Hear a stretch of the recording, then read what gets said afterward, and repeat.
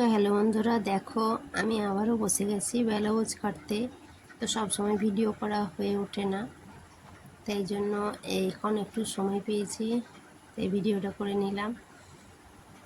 Video করতে গেলে কি সেলাইটা আর হয়ে ওঠে না, ওর জন্য ভিডিওটা তেমন করে করা হয় না।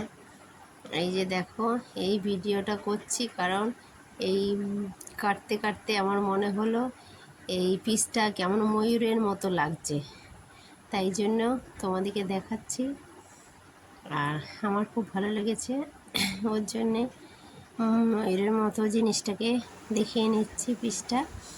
আর ব্লাউজটি কেমন তৈরি হচ্ছে দেখে বলো। এই যে খাপগুলো করেছি কত সুন্দর হয়েছে, যে কাস্টমার নিয়েছে তার খুব পছন্দ হয়েছে। এটি 36 সাইজের ব্লাউজ, খুবই পছন্দ হয়েছে। আর পিঠে ডিজাইন করা আছে, আর হাতেও ডিজাইন করা আছে, হাতাটিতে এই ডিজাইনটা করেছি। এটা দেখে আরও 2-3টে ব্লাউজ করতে দিয়েছে অন্যজন, তাদেরও করে দিয়েছি, তবে সেই ভিডিওগুলো করা হয়ে ওঠেনি। আর এই যে পিঠে এই ডিজাইনটা করে দিয়েছি, একটা বোতাম দিয়ে দিয়েছি। আর দেখতেই পাচ্ছ কেমন হয়েছে, তো দেখে বলো কেমন লাগছে তোমাদের ডিজাইনটা।